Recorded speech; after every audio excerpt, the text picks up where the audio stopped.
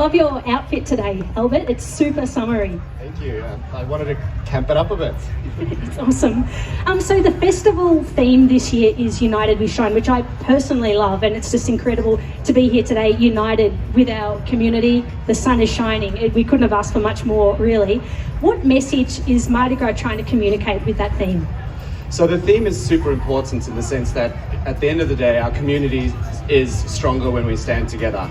When we look at our themes, we look at what's going on in the community and how disjointed and disconnected we've been, and everybody wants that community connection and they want to be united. We also saw just a few weeks ago with the religious discrimination bill in federal parliament, that was something that just made us see, again, we had to stand united and we had to fight that bill, and we did it so successfully with amazing community that did it, so that's why this theme worked very well this year. I think it's perfect. I mean, we don't have equality unless we all have equality, right? We've got to stand together. That's right, equality for all. Fantastic. We've seen a lot of festivals cancelled over the past 2 years with COVID. What is the significance of having Mardi Gras this year? That's a fantastic question, and everyone always asks us, why did we move the parade into the SCG? And that was for that specific reason. We have to get that human connection, we have to be together, and also the significance to show the world out there that we're not going anywhere. We will have a Mardi Gras come hell or high water. Nothing has stopped us from doing it for 43 years, and here we are again, and we will continue to do so every year. I must admit, like, over the COVID period, I felt quite disconnected from community. So to come here today at Fair Day, I'm just catching up with so many people, and I can just feel, you know, it's so good for your mental health and well-being, that sense of connection and being with your family. As a leader in our community, what does Mardi Gras mean to you?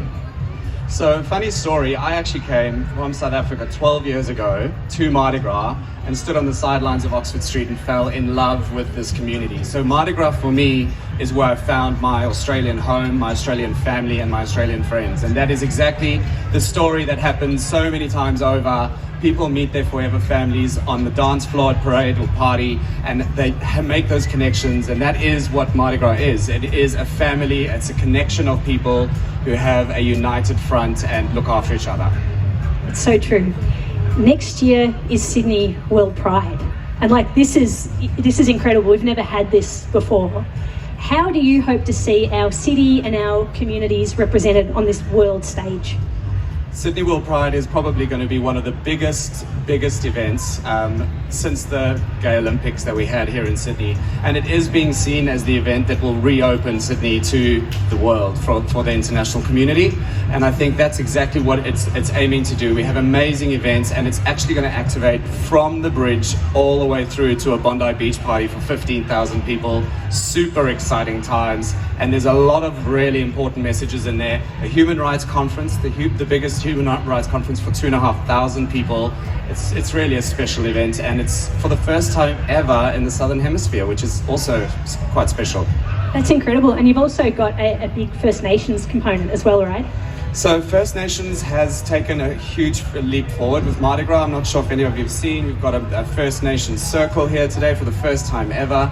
First Nations focused artists and also representatives of the queer First Nations community. We have a First Nations engagement officer. We've just embarked on our rap, which we're super excited about as well. And there is a First Nations huddle as well at World Pride. So there's a lot of First Nations focus, and there is always a First Nations focus across everything we do. It's fantastic. And as an ABC journalist, you know, we're the host broadcaster for Mardi Gras and for World Pride for the next 3 years. I couldn't be prouder to be partnering and presenting these stories to the whole of Australia. So thank you so much, Albert Kruger, CEO of Mardi Gras.